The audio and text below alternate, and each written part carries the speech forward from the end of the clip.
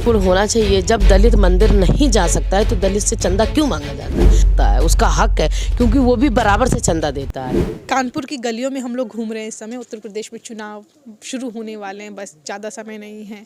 आज हमारे साथ यहाँ पर कानपुर की एक महिला हैं, इनसे पूछेंगे कि उनके चुनावी मुद्दे क्या होंगे। आंटी जी, चुनाव होने वाले हैं, तो आप क्या क्या देख रहे हैं? कौन आ रहा है? किसकी सरकार बनने जा रही है अभी? मुझे तो ये लग रहा है कि शायद अखिलेश यादव की सरकार बनने को है। और योगी सरकार में, मोदी सरकार में पब्लिक बहुत परेशान है, क्योंकि सारी चीज़ें, महंगाई इतनी ज़्यादा हो चुकी है जिसका कोई जवाब नहीं है। और दूसरी चीज़, सिलेंडर को देखिए आप कितना महंगा है। पेट्रोल देखिए 50, कम से कम सरकार ने 10-12 रुपये बढ़ाया होगा, और अगर 10 रुपये कम भी कर दिए तो उसमें क्या होगा? पब्लिक का कोई भला नहीं होने वाला है। नहीं तो योगी सरकार तो कहती है कि हमने महिलाओं के लिए काम करा है, उनके रसोई गैस पे काम किया है, हमने बहुत सारी जो स्कीम दे दी हैं, नौकरियां दी हैं। तब भी खुश नहीं है आप? नहीं, हम लोग इस सरकार में बिल्कुल भी खुश नहीं है, क्योंकि पब्लिक बहुत ज़्यादा परेशान है। आम जनता तो ये इस तरह त्रस्त हो रही है कि खाने का सामान भी अब जुटाने में आफत होती है। किचन का सब गड़बड़ हो गया है, किचन का। महंगाई से परेशान हैं आप? हम तो महंगाई से भी परेशान हैं, बच्चों की शिक्षा से भी परेशान हैं, क्योंकि और जब बच्चे क्लास में नहीं पढ़ सकते तो ऑनलाइन कैसे पढ़ सकते हैं?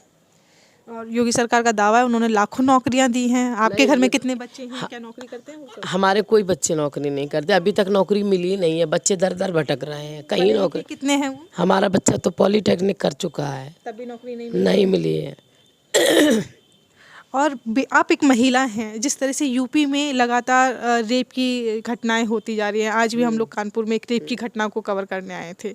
आप महिला हैं, क्या अपने आप को सुरक्षित महसूस करती हैं? और जो बेटी बचाओ बेटी पढ़ाओ ये सब चल रहा है, ये तो सरकार का ड्रामा चल रहा है। बेटी पढ़ाओ बेटी बचाओ, बेटियां, लेडीज कहीं भी सुरक्षित नहीं है। कहीं कहीं निकलने के लिए दुश्वार हो जाते हैं।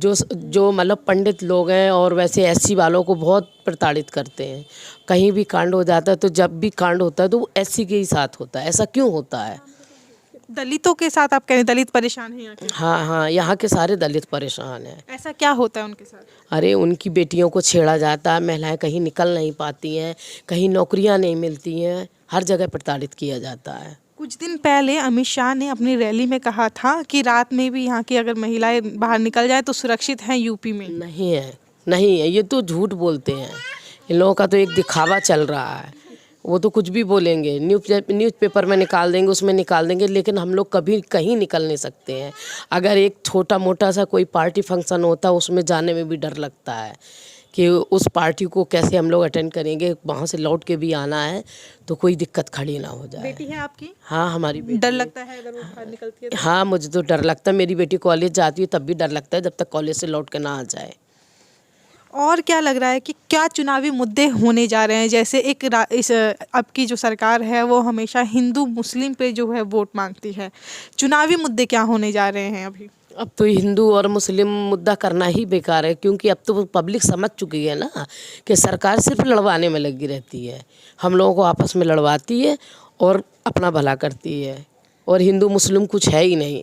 अब देखिए आप कि मंदिर बनवा दिया है, मंदिर में क्या मिलेगा किसको? अगर मंदिर की जगह कुछ और बनवाया जाता जिसमें बच्चे शिक्षा पढ़ते, स्कूल बनवाते, कॉलेज बनवाते और हॉस्पिटल बनवाते, कोई फैक्ट्री लगाते, बच्चों को, जो बेरोजगार बच्चे हैं उनको नौकरियां मिलती, तो बहुत अच्छा होता। अब इस सरकार में सभी लोग परेशान हैं। आप हिंदू नहीं हैं? नहीं, हम हिंदू नहीं, हम तो दलित हैं।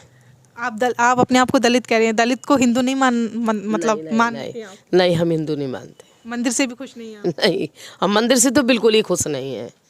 मंदिर से बिल्कुल खुश नहीं? बिल्कुल खुश नहीं है। कल ही एक खबर आई थी कि कर्नाटक में एक मंदिर के साथ में एक दलित निकला और उसको बहुत पीटा गया। तो मंदिर बन रहा है, क्या दलितों को खुश होना चाहिए? दलितों के लिए है मंदिर? बिल्कुल होना चाहिए। जब दलित मंदिर नहीं जा सकता है तो दलित से चंदा क्यों मांगा जाता है? दलित की यहाँ भीख क्यों मांगी जाती है? मत आओ ना दलित की, जब दलित का हक नहीं है मंदिर पे। किस लिए नहीं है हक, हमको ये बताइए। क्यों नहीं जा सकता दलित मंदिर? जा सकता है, उसका हक है, क्योंकि वो भी बराबर से चंदा देता है। आपने कहा दलितों को तो हिंदू ही नहीं मानना चाहता है। क्यों? बिल्कुल नहीं माना जाता दलितों को हिंदू। ये लोग नीची निगाहों से देखते हैं दलित को बोलते हैं हिंदू नहीं है, ये तो दलित हैं और इनको तो हम लोगों का काम करना चाहिए। जो हम लोग बोलते हैं, हम लोगों का जैसे खेती बाड़ी है, हम लोग के यहाँ घर में आके चौका बर्तन करें, ये सब करें। अच्छा, कुछ दिन पहले जो है मोदी जी ने कहा था कि मैं बाबा साहेब को बहुत मानता हूँ, उनका फॉलोअर हूँ। तो क्या लगता है, जैसे बाबा साहेब के बारे में बहुत सारी चीज़ें हो रही हैं, बाबा साहेब नहीं होते आज तो क्या होता? अगर बाबा साहेब ने इतना संविधान ना लिखा होता तो दलितों की दुर्दशा होती, बहुत ज़्यादा होती। ना दलितों को पढ़ने का हक था, ना किसी चीज़ का था।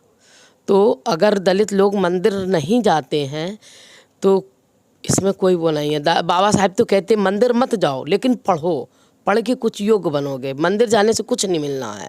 एक आखिरी सवाल, संविधान को ख़त्म करने की बात कही जाती है कि संविधान जो है सिर्फ दलितों के लिए लिखा गया है, उसमें सबकी बात नहीं है। तो क्या सच में संविधान को ख़त्म कर देना चाहिए, मनुस्मृति को लागू कर देना चाहिए? मनुस्मृति लागू नहीं होनी चाहिए। अगर मनुस्मृति लागू हो गई तो दलितों की और भाई और लोगों की दुर्दशा बहुत ख़राब हो जाएगी। चलिए, हमारे साथ जो थी कानपुर की एक महिला मौजूद थी हमारे साथ एक गांव में, और बहुत बेबाकी से उन्होंने अपनी सारी बातें रखी। निजीकरण हो गया, आरक्षण हो गया, चाहे बाबा साहेब, इनको सभी मुद्दों पर समझ है। और मीना कोटवाल के साथ आप देख रहे थे द मूक नायक।